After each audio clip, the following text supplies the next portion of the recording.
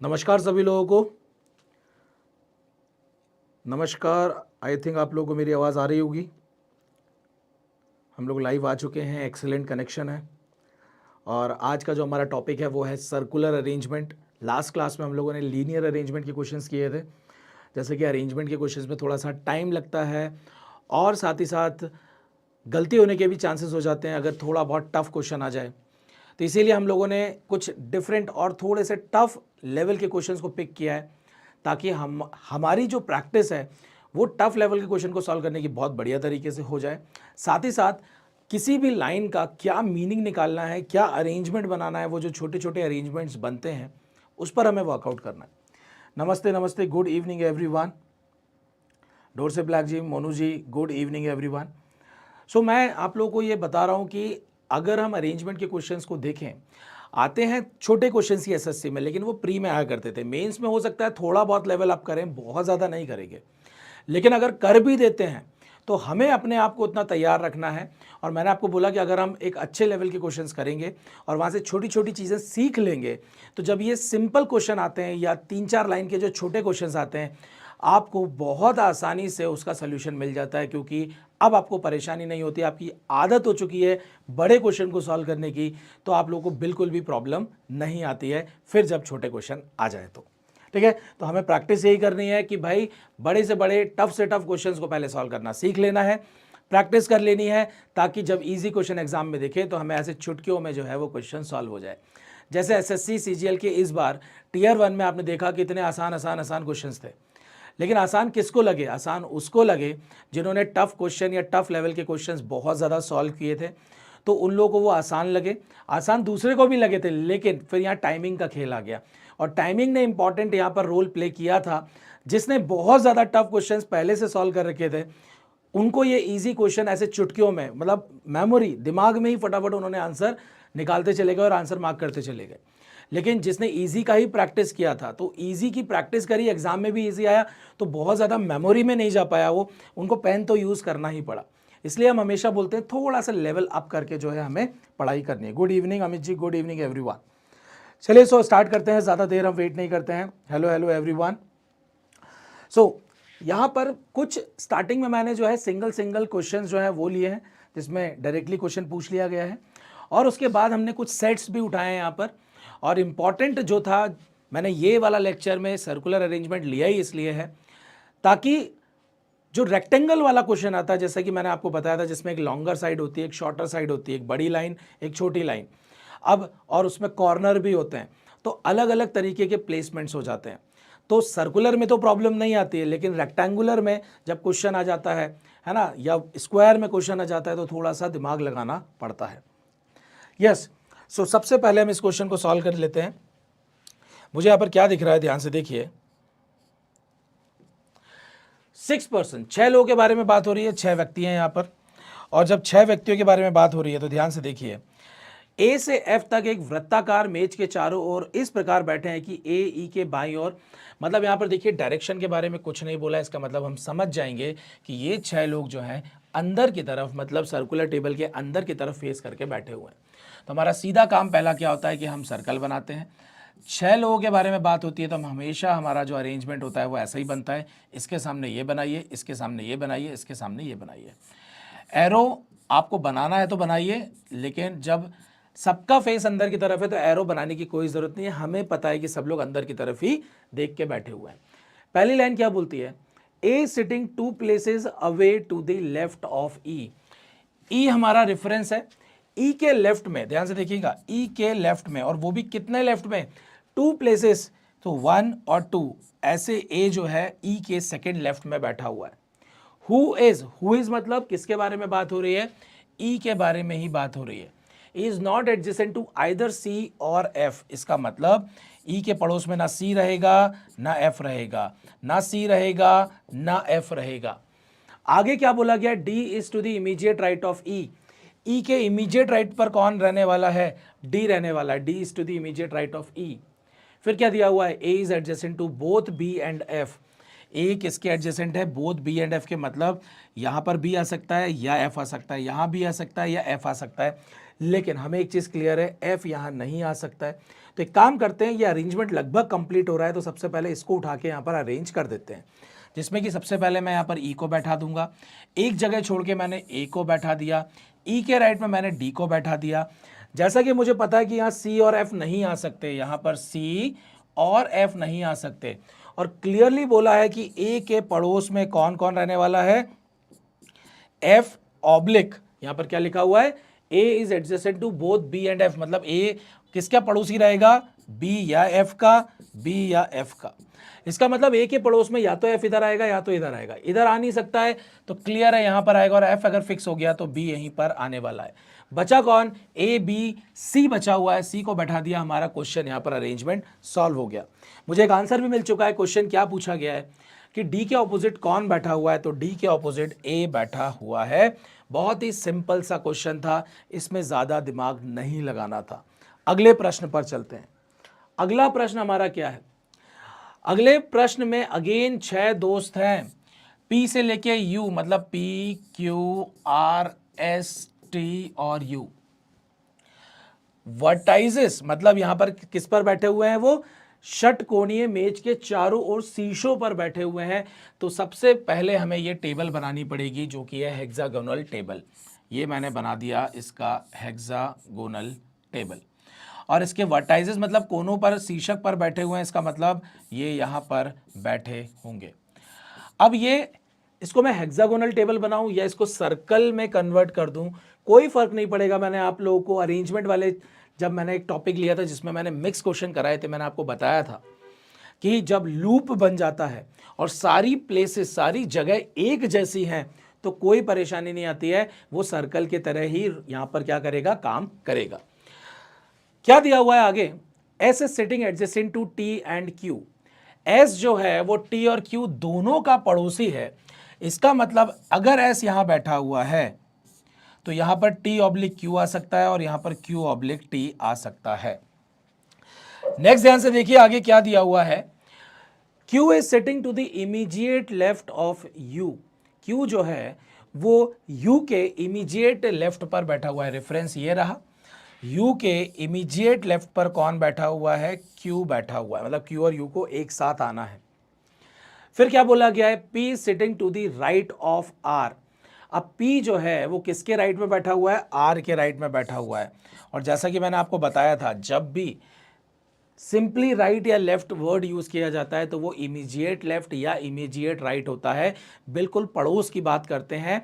जैसा कि एक एसएससी का क्वेश्चन था, हम लोगों ने उठाया था, उसमें क्या बोल रहा था, जब उसने इमीडिएट मतलब सिंपली लेफ्ट बोला था वहाँ पर, तो वहाँ पर लेफ्ट का मतलब उसने कुछ भी जगह ले ली थी, जो कि सर्कुलर में नहीं ऐसा होता है। रो में अगर हम बोलते हैं कि अगर P sitting to the right of R, तो R के राइट में वो कहीं पर भी बैठ सकता है, लेकिन सर्कुलर में या जब लूप बनता है तो वो उसका बिल्कुल पड़ोसी होता है, उसके बारे में हम बात करते हैं। सो यहाँ पर ध्यान से देखिए, अब आगे हमें यहाँ पर अरेंजमेंट कंप्लीट करना है।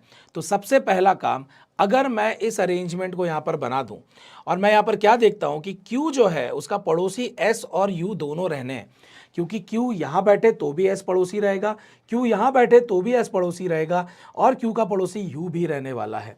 तो अगर मैंने S को यहाँ पर फिक्स कर दिया, ध्यान से देखिएगा, S को अगर मैंने यहाँ पर फिक्स कर दिया तो क्या हो जाएगा, यहाँ पर Q ऑब्लिक T आ सकता है, यहाँ पर T ऑब्लिक Q आ सकता है।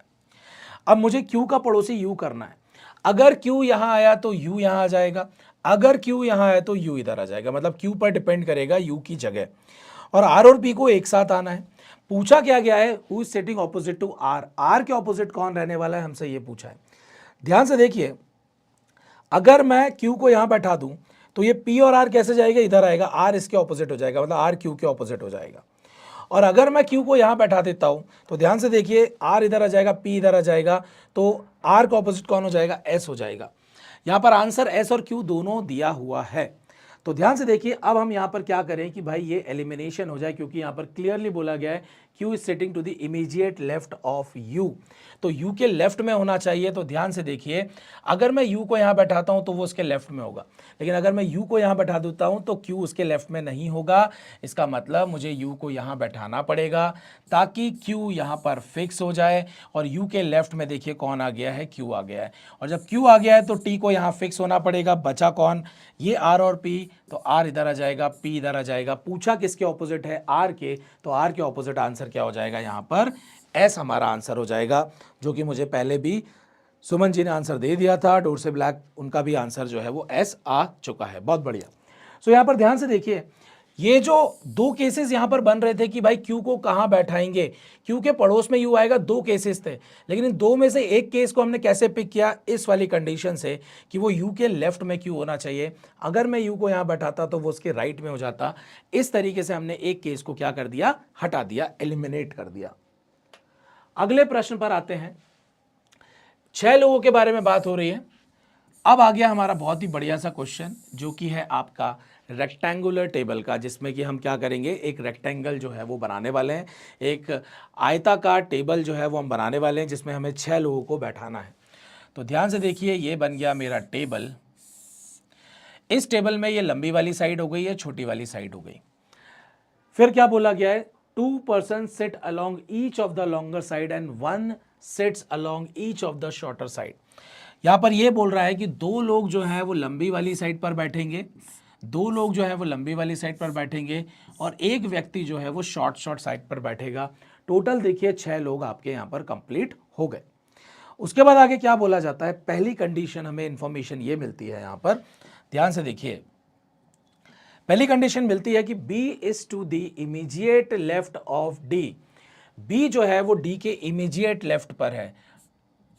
B जो है वो D के इमीडिएट लेफ्ट पर है। But is not adjacent to F।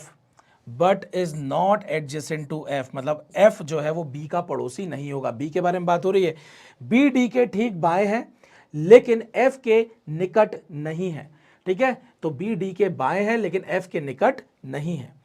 और यहां पर क्या लिखा हुआ है, B is at one of the shorter side, मतलब B जो है वो छोटी वाली साइड पर बैठा है। ये क्लियर इंफॉर्मेशन दे दी। अगर ये क्लियर इंफॉर्मेशन हमें नहीं मिलती तो अभी हम कंफ्यूज्ड होते, हम कहां से इनिशिएट करें, कहां पर बैठाएं। मैं अपने मन से यहां पर इस अरेंजमेंट को नहीं बैठा सकता था, क्योंकि ध्यान से देखिएगा, इस साइड की बात करूं तो ये छोटी वाली साइड पर है, जिसके बाजू में लंबी वाली साइड आती है, लेफ्ट में भी और राइट में भी, मतलब राइट और लेफ्ट में भी। अगर यहाँ पर मैं B को बैठाता तो उसके लेफ्ट में लॉन्गर वाली साइड की जगह कुर्सी आती है और राइट में शॉर्टर वाली आती है। अगर मैं यहाँ किसी को बैठाता तो उसके लेफ्ट में छोटी वाली साइड आती है और राइट में जो है वो लॉन्गर वाली साइड की कुर्सी आती है। तो यहाँ पर 3 अलग अलग जगह बन जाती है। ध्यान से सुनिएगा। तो जब तक क्लियर ना हो तब तक हम यहाँ पर किसी को इनिशिएट नहीं कर सकते, अपने मन से नहीं बैठा सकते हैं।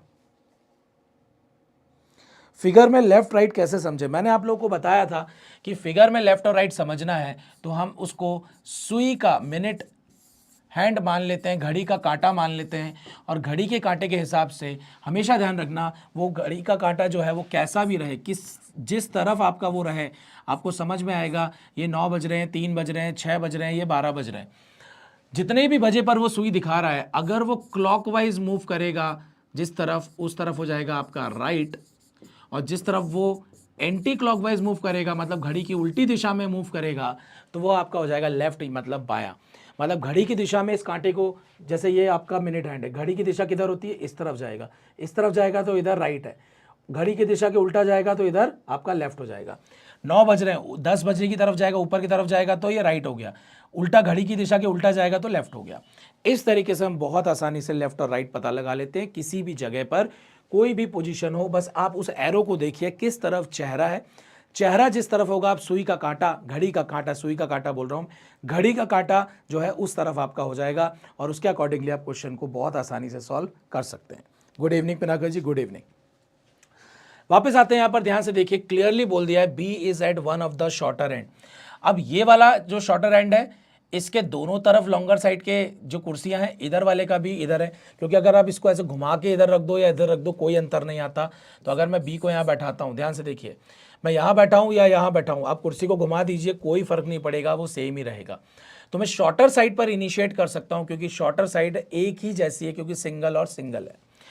बी को जब मैंने बैठाया तो इस तरफ इसके क्या आ जाएगा, डी आ जाएगा इसके अकॉर्डिंगली, और यहां पर कौन नहीं आएगा, यहां पर एफ नहीं बैठ सकता, ये हमें पता था। सेकेंड कंडीशन पर चलते हैं। सेकेंड कंडीशन क्या है, सी सिट्स ऑपोजिट टू ई, मतलब सी जो है वो ई के ऑपोजिट वाली जगह पर बैठा होगा, ये हमें क्लियरली यहां पर बता दिया।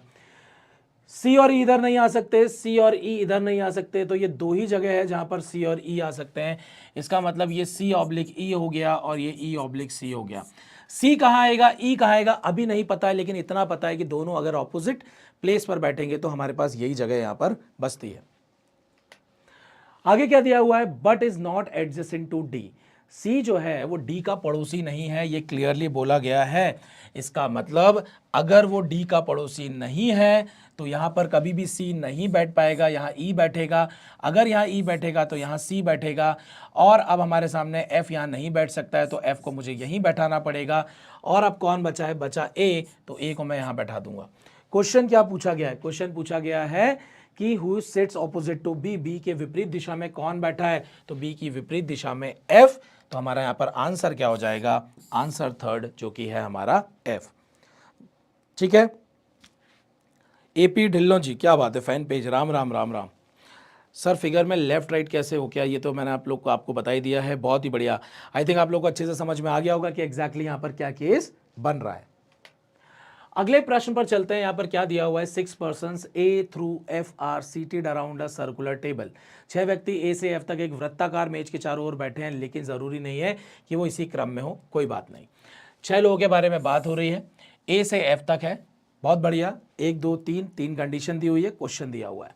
तो हमारा सीधा सीधा काम क्या होता था, सबसे पहले हम यहाँ पर इस तरीके से ये सर्कल बना के और ये 6 कुर्सियां बना देते हैं। पहला case, A is to the immediate left of D, A जो है D के इमीडिएट लेफ्ट पर है, B is 3 places away from E, so B जो है वो E के 3 प्लेस छोड़ के आगे देख लेते हैं, but not adjacent to A, A का पड़ोसी नहीं है, मतलब यहां B जो है वो इधर नहीं आने वाला है।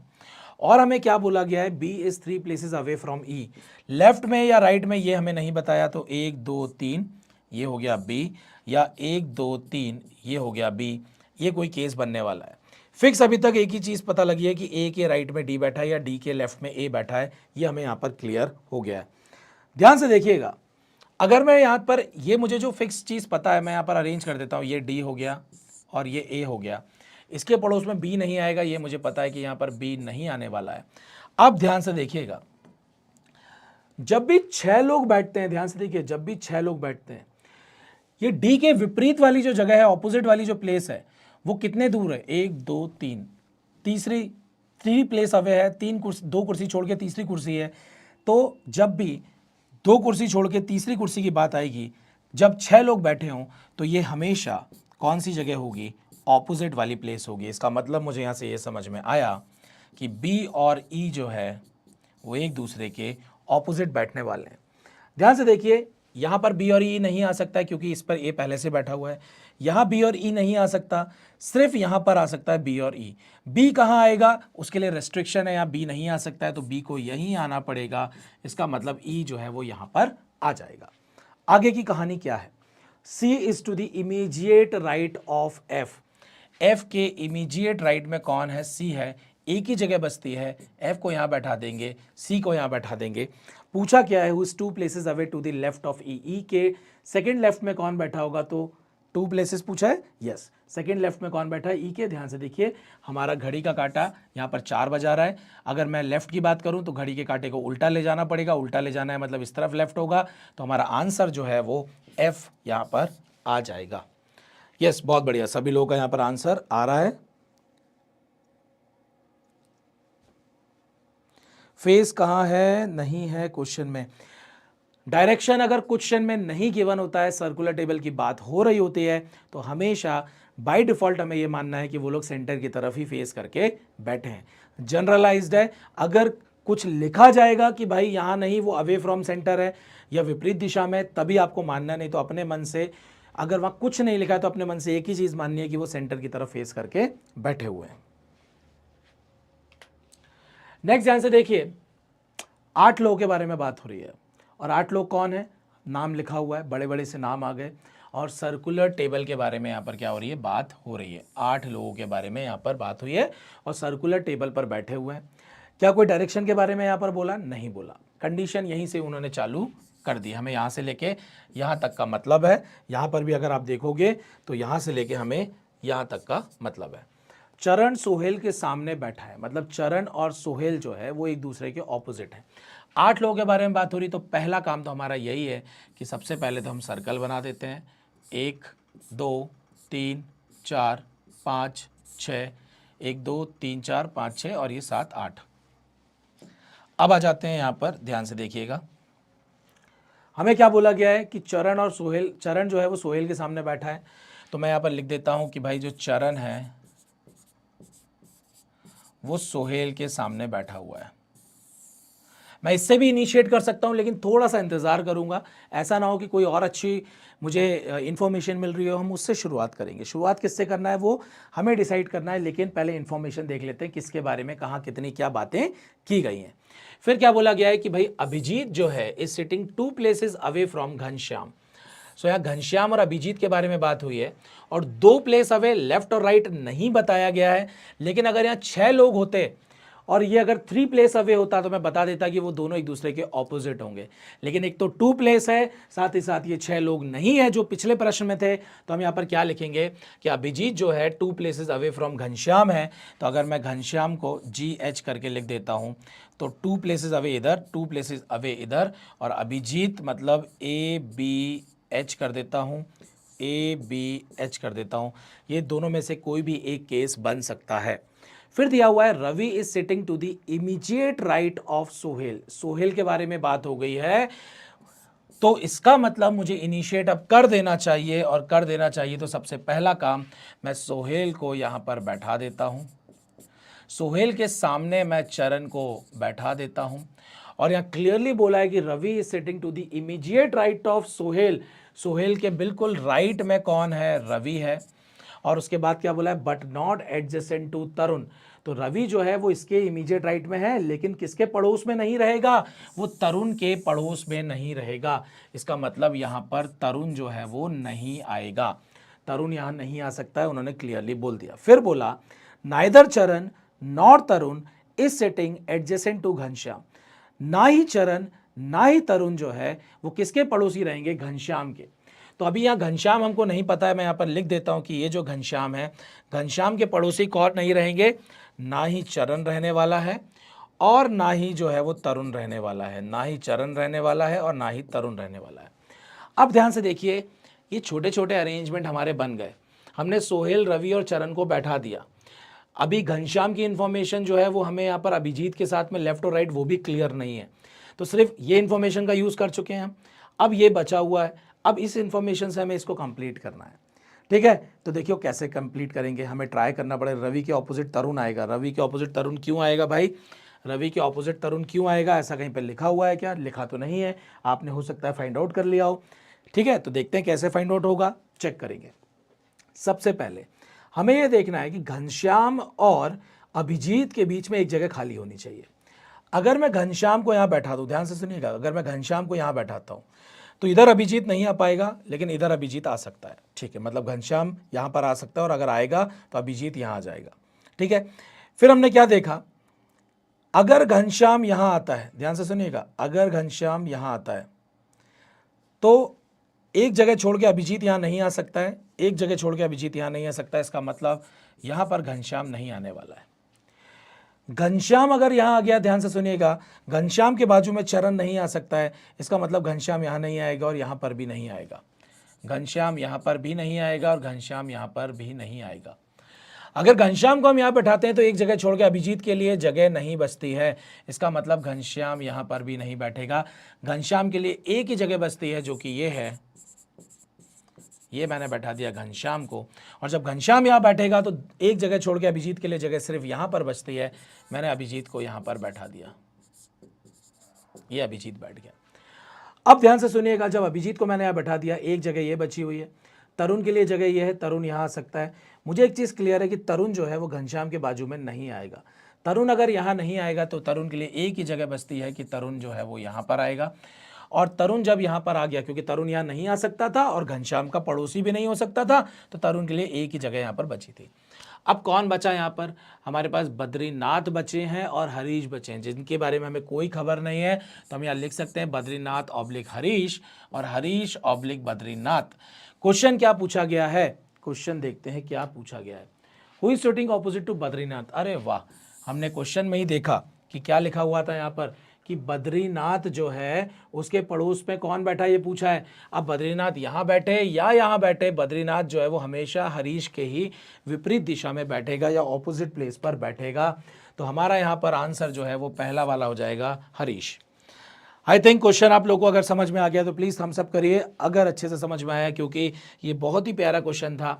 हमें इस पर्सन घनश्याम को हमने उठा के जो है ट्राई किया कि घनश्याम कहाँ कहाँ बैठ सकता है या कहाँ कहाँ नहीं बैठ सकता है, वहाँ से हमने इनिशिएट किया, क्योंकि अगर हम घनश्याम को पिक नहीं करते तो ये क्वेश्चन सॉल्व नहीं हो पाता।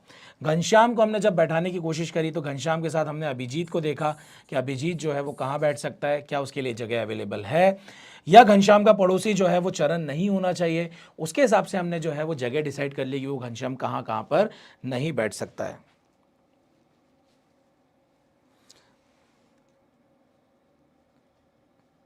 हम तो चाहते हैं कि कोई ना देखे, बस करके लिए जाते हैं। अच्छा, क्या बात है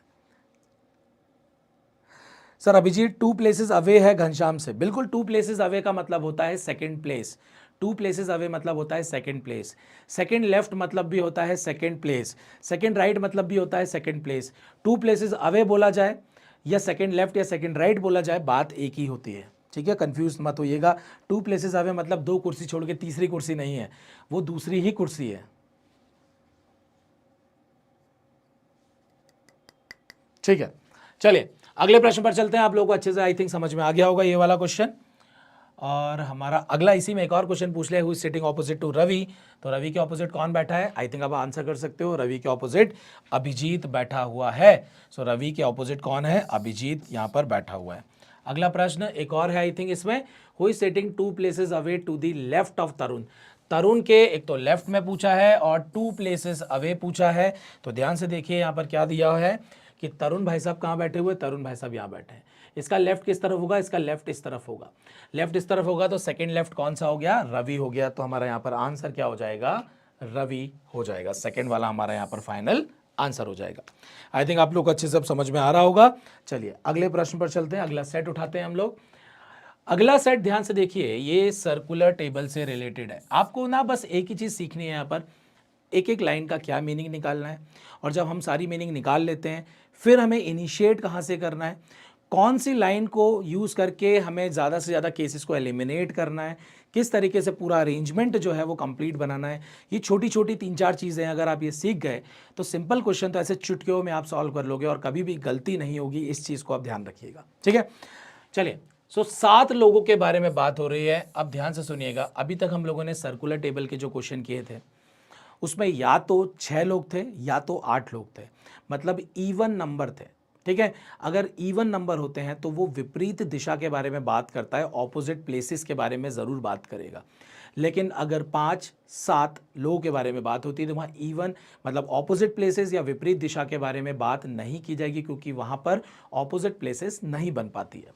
जब भी 7 लोगों के बारे में बात होगी तो ध्यान से सुनिएगा, आपको रैंडमली 1 2 3 4 5 6 7 बस बना लेना है। ऑपोजिट के बारे में पूरे क्वेश्चन में कहीं पर भी नहीं बोला जाएगा। पीडीएफ आप लोगों को डिस्क्रिप्शन पर लिंक मिल जाएगा। मैंने कमेंट पढ़ा था शायद लास्ट वाली वीडियो में, डिस्क्रिप्शन में शायद लिंक नहीं था, तो मैं अभी ये देख लेता हूँ, अपडेट करा देता हूँ। अगर लिंक उसमें नहीं होगा तो अपडेट करा देंगे, और इसमें हो सकता है कि विद इन 24 आवर्स जो है इसका भी लिंक अपडेट हो जाएगा। मैं गूगल ड्राइव पर शेयर कर देता हूँ और फिर वहाँ से वो लिंक जो है वो अटैच कर दी जाती है। तो मैं एक बार चेक कर लूँगा, लिंक आपको यहीं से मिल जाएगी। नेक्स्ट है 7 persons and this are sitting around a circular table facing the centre, not necessary in that order. जब यहाँ पर क्लियरली बोल दिया है सेंटर की तरफ फेस करके बैठे हैं तो कोई परेशानी नहीं है, नहीं बोलते तो भी हम यही एज्यूम कर लेते हैं। आगे चलते हैं, कहानी यहाँ से शुरू होती है, कहानी यहाँ से शुरू होगी और यहाँ पर जाके ख़त्म होगी। सेम यहाँ पर अगर आप देखिए तो कहानी यहाँ से शुरू होगी और यहाँ जाके जो है वो ख़त्म होगी। क्या दिया हुआ है? C sitting third to the left of E. E ये रहा और थर्ड टू द लेफ्ट बोला है तो इस तरफ चला गया, इस तरीके से जो है सी बैठेगा। D is not the neighbour of either C और ई। इसका मतलब क्या हुआ कि जो डी है, ध्यान से सुनिएगा, जो डी है उसके पड़ोस में कौन नहीं होगा, सी भी नहीं होगा और ई भी नहीं होगा, सी भी नहीं होगा और ई भी नहीं होगा। डी जो है वो पड़ोसी नहीं है, ना ही सी का ना ही ई का। यहां पर देखो क्या लिखा हुआ है, डी सी या ई का पड़ोसी नहीं है। फिर दिया हुआ है B sitting second to the right of F. B जो है second to the right of F बोला गया। अगर मैं एफ को यहां बैठाता हूं तो second to the right of F जो है वो इस तरीके से अरेंजमेंट बन जाएगा। हु इज मतलब एफ के बारे में बात हो रही है। F is not adjacent to E. F जो है वो ई का पड़ोसी, ई का पड़ोसी नहीं है। A is not adjacent to D. A जो है वो डी का पड़ोसी नहीं है। अब ध्यान से देखिए, इसके कौन पड़ोस में नहीं आएगा, यहां से ये इंफॉर्मेशन मिलती है। इसके पड़ोस में कौन नहीं आएगा, ये इंफॉर्मेशन मिलती है। तो मुझे ये दिख रहा है कि इन दोनों अरेंजमेंट से काम चालू होगा, क्योंकि यहां पर सी और ई है और यहां पर जो है वो ई के बारे में कुछ मनाही हो रही है। तो सबसे पहले इसको हम अरेंज कर देते हैं। मैंने ई को यहां बैठाया, दो जगह छोड़ के सी यहां पर आ गया और हमने देखा ई जो है वो एफ का पड़ोसी नहीं हो सकता है। इसका मतलब ई के पड़ोस में एफ जो है वो नहीं आएगा, या मैं उल्टा बोल दूं कि एफ के पड़ोस में कौन नहीं आएगा, ई नहीं आएगा। फिर हमें बोला गया कि एफ और बी के बीच में एक जगह होनी चाहिए। एफ अगर यहां नहीं आएगा तो एफ यहां हो सकता है। एफ और बी के बीच में एक जगह होती है। एफ अगर इधर आएगा तो ध्यान से देखिए उसके राइट में बी होना चाहिए। एक जगह छोड़ के बी, जगह नहीं है तो यहां पर एफ नहीं आएगा, यहां पर एफ नहीं आ सकता है। अगर एफ इधर आ गया एक जगह छोड़ के बी, बिल्कुल हो सकता है। अगर एफ इधर आ गया तो एक जगह छोड़ के बी के लिए कोई जगह नहीं है और एफ इधर नहीं आ सकता है। इसका मतलब क्लियर है, एफ को इधर ही आना पड़ेगा और बी को इधर ही आना पड़ेगा। और ध्यान से देखिए, मैंने देखा कि भाई बी के पड़ोस में ई नहीं हो सकता, तो बिल्कुल ई पड़ोस में नहीं है और वो हमने एलिमिनेशन कर दिया है। नेक्स्ट जो है वो डी जो है वो सी, ई और ए के पड़ोसी नहीं हो सकता है। इसका मतलब डी जो है वो यहां पर नहीं आएगा क्योंकि ई इधर पर है। डी इधर भी नहीं आएगा, डी इधर भी नहीं आएगा। डी सी का पड़ोसी नहीं होगा तो सी तो यहां पर है ही नहीं। और क्या बोला गया था, सी ई ए। इसका मतलब मुझे यहां पर क्लियरली दिख रहा है कि डी इधर नहीं आएगा, तो ए की जगह बचती है कि डी को इधर आना पड़ेगा।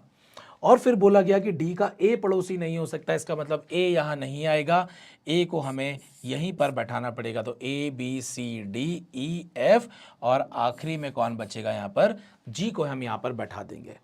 क्या क्वेश्चन पूछा है, who is sitting to the right of F. F के राइट में कौन है, सो एफ के राइट में कौन है, एफ के राइट में आपका सी आ जाएगा। ध्यान से देखिए, क्या यहां पर कहीं पर इमीडिएट वर्ड का यूज किया है, ध्यान से देखिए, क्या यहां पर कहीं पर इमीडिएट वर्ड का यूज किया है।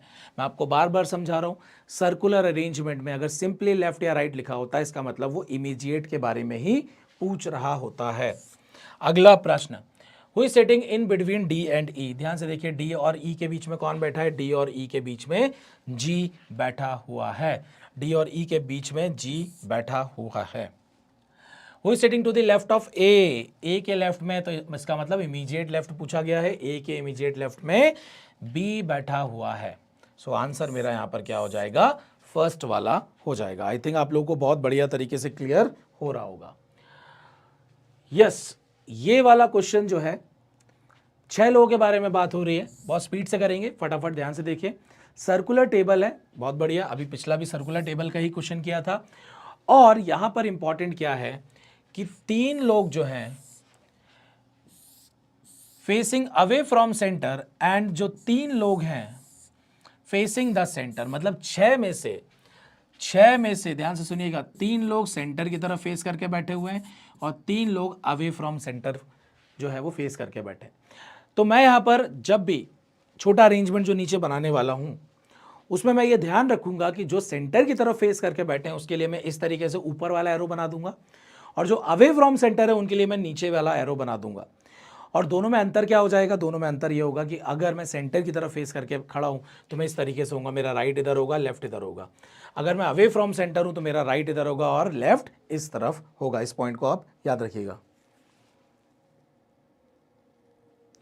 क्वेश्चन में पूछा क्या है ये भी बता दिया करो पहले। क्वेश्चन में पूछा क्या गया है, अच्छा आप लोगों को क्वेश्चन देखने हैं सॉल्व करने से पहले। चलिए तो फिर यहां पर देख लीजिए क्या पूछा गया है। क्वेश्चन में पूछा ये गया है कि who among the following are facing towards the centre, centre की तरफ कौन कौन लोग फेस करके खड़े हुए हैं। Who is sitting to the immediate left of Suresh. If Anvesh and Avinash interchange their position, then who is sitting to the immediate right of Anvesh? Who is sitting in the opposite position of Anvesh? तो I think आप लोगों को यहाँ पर समझ में आ रहा होगा कि भाई कोई कहीं पर भी फेस करके बैठा हो, कुछ भी करके बैठा हो, जब तक अरेंजमेंट कंप्लीट नहीं होगा, क्वेश्चन में कुछ भी पूछ लिया जाए, बस आपका एक बार अरेंजमेंट कंप्लीट हो गया तो आप सारे क्वेश्चन को आंसर कर सकते हैं। तो ये क्वेश्चन क्या दिए हुए हैं इसकी मुझे नहीं लगता कि कोई ज़रूरत है सेट से पहले। ध्यान से देखिए, 6 लोगों के बारे में बात हो रही है। सबसे पहला काम सर्कल बना देते हैं, 1 2 3 4 5 6। एरो अभी नहीं बनाऊंगा मैं, कौन अंदर है कौन बाहर है इसके बारे में अभी हमें नहीं पता है तो हम इनिशिएट नहीं कर पाएंगे।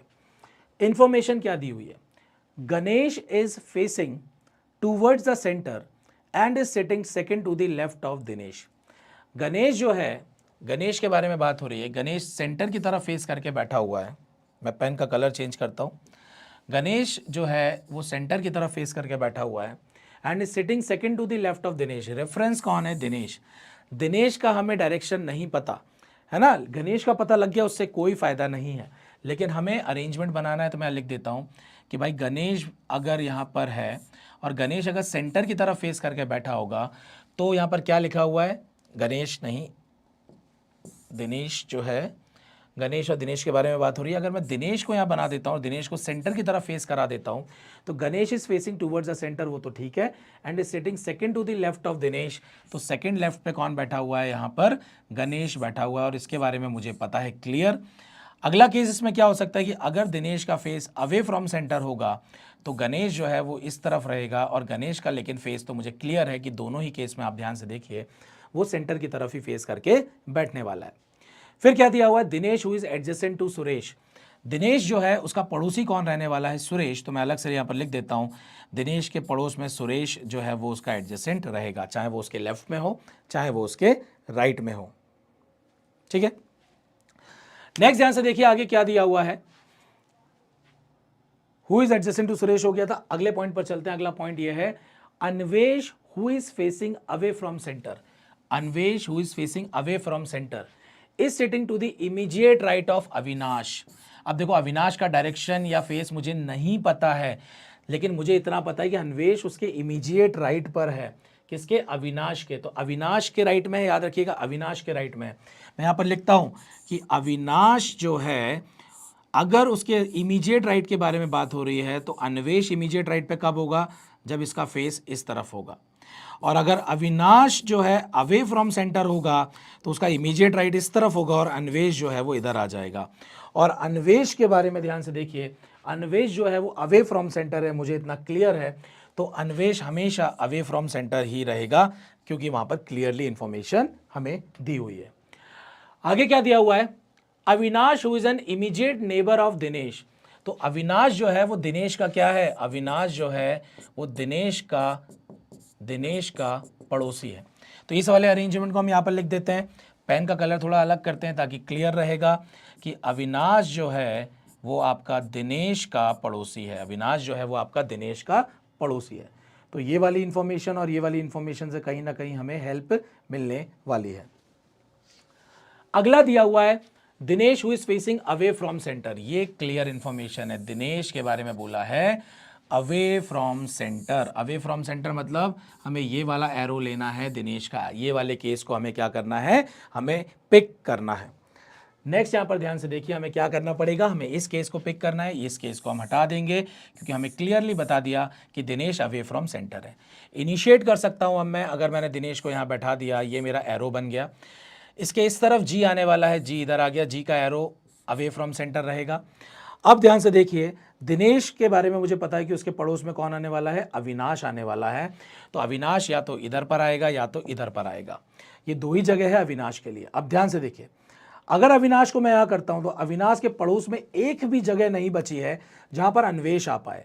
इसका मतलब अविनाश यहाँ पर नहीं आएगा, इसका मतलब अविनाश को मुझे यहीं पर बैठाना पड़ेगा।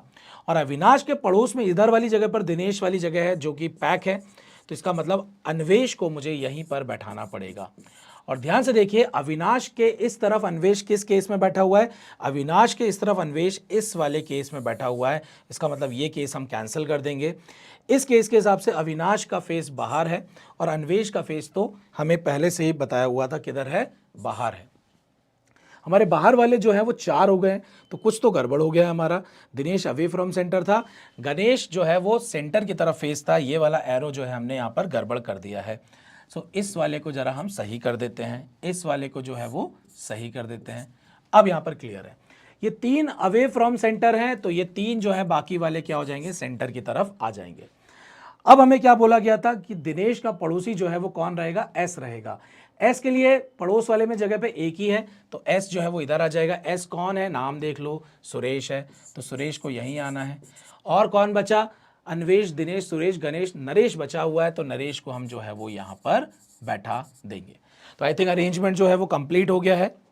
ठीक है, यहाँ पर क्या क्या बातें हो गई हैं कमेंट पर, सब कुछ आना चाहिए जो भी पूछा हो। इंग्लिश पैसेज की तरह डायरेक्शन आ गया तो होश ही उड़ जाएंगे। अरेंजमेंट के लेकर कैसे करें, प्रैक्टिस करने की होगा ब्रो, नंबर तो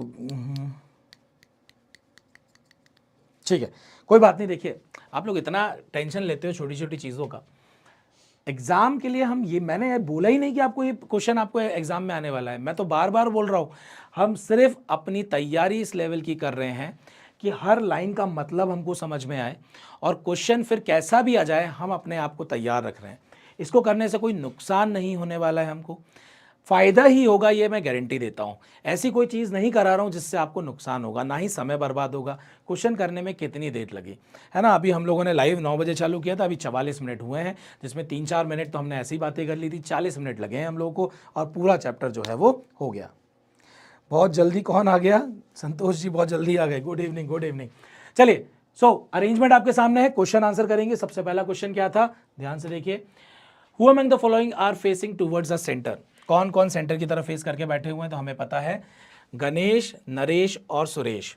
गणेश, नरेश और सुरेश, तो यहाँ पर देखिए गणेश, नरेश और सुरेश है, तो नरेश और सुरेश इस ऑप्शन में दिया हुआ है।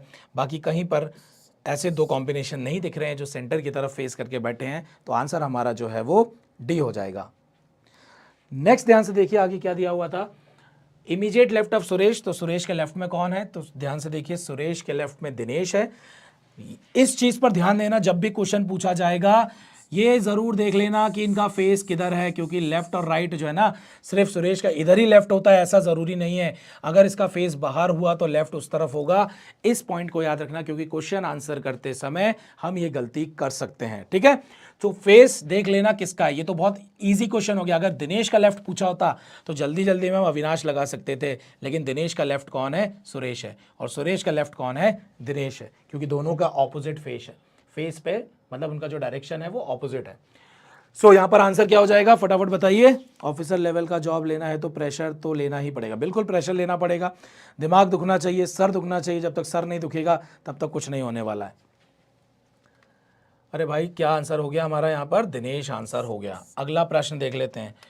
अगला है, अन्वेष और अविनाश की जगह को अगर हम बदल दें, ऐसा क्वेश्चन भी आ जाता है। लेकिन ये जो बदलने वाली जगह है ना, वो सिर्फ इसी क्वेश्चन के लिए होती है, ये चीज़ ध्यान रखना। कभी कभी ऐसा भी होता है, जैसे हमने को अभी क्वेश्चन किया था जिसमें बी और एच जो है उसकी जगह हमें फिक्स नहीं पता लग पाई थी। क्वेश्चन एक बीच में ऐसा पूछा जा सकता है कि इफ़, अगर बी जो है वो किसी के लेफ्ट में बैठा हुआ है, तो बताइए एच किसके लेफ्ट में बैठा होगा। तो आप अरेंजमेंट को कंप्लीट करके अगले प्रश्न पर वो इंफॉर्मेशन यूज मत करने लगना, क्योंकि वो सिर्फ उसी प्रश्न के लिए एप्लीकेबल होगा, अगले प्रश्न के लिए एप्लीकेबल नहीं होता है। ये जो इंटरचेंज कर रहे हैं जगह, वो सिर्फ इसी प्रश्न के लिए एप्लीकेबल होगा, अगले प्रश्न के लिए नहीं होगा। Then who is sitting to the immediate right of Anvesh, Anvesh के इमीडिएट राइट पर कौन जाएगा, अन्वेष के इमीडिएट राइट पर, तो अन्वेष अविनाश की जगह पर जाने वाला है। और अन्वेष अगर अन्वेष जो है वो अविनाश की जगह पर जाएगा, तो ध्यान से देखिए उसके इमीडिएट राइट पर कौन रहेगा, उसके इमीडिएट राइट पर जो है वो अविनाश ही रहेगा, क्योंकि फेस तो उनका सेम डायरेक्शन पर रहने वाला है, सिर्फ जगह चेंज हो रही है, फेस तो वही रहने वाला है। ठीक है, सो यहाँ पर आंसर क्या हो जाएगा, आंसर आपका ये हो जाएगा, हमें किसका, अन्वेष का पूछा था, तो अविनाश जो है वो हमारा यहाँ पर फाइनल आंसर हो जाएगा। अन्वेष की ऑपोजिट जगह पूछी हुई है, तो ध्यान से देखिए अन्वेष की ऑपोजिट जगह कौन है, अन्वेष के ऑपोजिट में सुरेश है, तो यहाँ पर प्लेस जो है वो पूछा गया है, तो हमारा आंसर जो है वो यहाँ पर क्या हो जाएगा, सुरेश हो जाएगा। आई थिंक आप लोगों को अच्छे से समझ में आ गया होगा। सर ऐसे तो लगता है CHSL की तरह MTS में भी ASOB होगा हमें रीजनिंग जीके।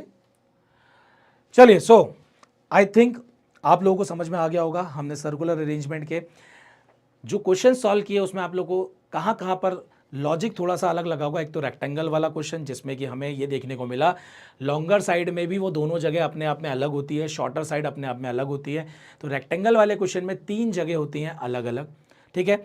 नेक्स्ट हमने देखा कि जब डायरेक्शन अलग अलग होते हैं तो बहुत ध्यान रखना होता है कि किसका फेस अंदर है, किसका फेस बाहर है। इवन आपका अरेंजमेंट कंप्लीट भी हो जाए तो क्वेश्चन में जब पूछा गया है कि उसके लेफ्ट में कौन बैठा है, तो ये ज़रूर हमें देखना है कि किसका फेस किस तरफ है। तो ये छोटी छोटी चीज़ें हमें यहाँ पर सीखने को मिली हैं और कभी आपकी गड़बड़ी अब या गलती नहीं होनी चाहिए। नेक्स्ट क्लास जल्दी ही करेंगे, चिंता मत करिए। और नेक्स्ट क्लास का टॉपिक अगर आपको लगता है कि क्या होना चाहिए तो आप प्लीज़ कमेंट में मुझे अभी बता दीजिए क्या होना चाहिए, तो उसके हिसाब से मैं वर्कआउट कर लेता हूँ। नेक्स्ट क्लास अब लाइव जो है वो मंडे को होगी, बट सैटरडे और संडे को मैं कुछ छोटे छोटे वीडियोस जो है वो आप लोगों के लिए डालूंगा, जिससे आपको कुछ ना कुछ फ़ायदा ज़रूर मिलेगा। इतनी देर में मज़ा नहीं आता है सर आपके साथ जुड़कर, प्लीज़ लंबा सेशन बढ़ाएं। बिल्कुल लंबा सेशन कर लेंगे, डोंट वरी। या सर्कल वाले थोड़ा सा जल्दी जल्दी हो गए, आप लोग को भी समझ में आ रहा था, आंसर भी आ रहा था, डाउट्स इतने आ नहीं रहे थे, इसलिए फटाफट ये क्वेश्चन हमारे सॉल्व हो गए। और मेरे पास इससे बड़े क्वेश्चंस भी थे, मैंने उसको इसलिए रिमूव कर दिया, वो अननेसेसरली बहुत ज़्यादा टाइम लेते और फिर आप लोग भी ज़्यादा बोर होने लगते हो, इसलिए मैंने जो उसमें से मेन जो बहुत अच्छे क्वेश्चंस थे और शॉर्ट थे उनको सेलेक्ट कर लिया। पजल करना है तो पजल पर हम एक बार फोकस कर सकते हैं। बाकी आप लोग और बताइए, आप लोग को क्या लगता है कि कौन से प्रश्न करने चाहिए, हम उस पर वर्कआउट कर लेंगे। मेरे पास समय भी है, तो जो टॉपिक आप बताओगे उस पर मैं वर्कआउट कर लूँगा। आप चाहें तो यहाँ कमेंट कर दीजिए, या सोच विचार के जो है आप वीडियो का जब ये एंड हो जाएगा लाइव उस पर कमेंट बॉक्स पर कमेंट कर दीजिएगा, तो वहाँ पर हम फिर डिसाइड कर लेंगे। चलिए तो फिर अलविदा करते हैं, क्योंकि मुझे कमेंट अब जो है वो दिख नहीं रहे हैं। जो आने योग्य है वो ही कराइए सर। बिल्कुल, जो आने योग्य है मैं वही कराऊंगा, चिंता मत करिए। बट मैं ये चाहता हूँ आपको अगर किसी टॉपिक पे ज़्यादा परेशानी आ रही है तो वो टॉपिक जो है वो मुझे बता दीजिए। Number system related, okay, relationship, inequality तो हम लोगों ने कर ली थी और बाकी तो हो ही गया था। चलिए ठीक है, आप लोग मुझे कमेंट पे यहाँ पर लिख दीजिएगा तो हम देख लेंगे इसको। चलिए, thank you very much, good night. आप लोग अपना ख्याल रखिए, अपनों का भी ख्याल रखिए।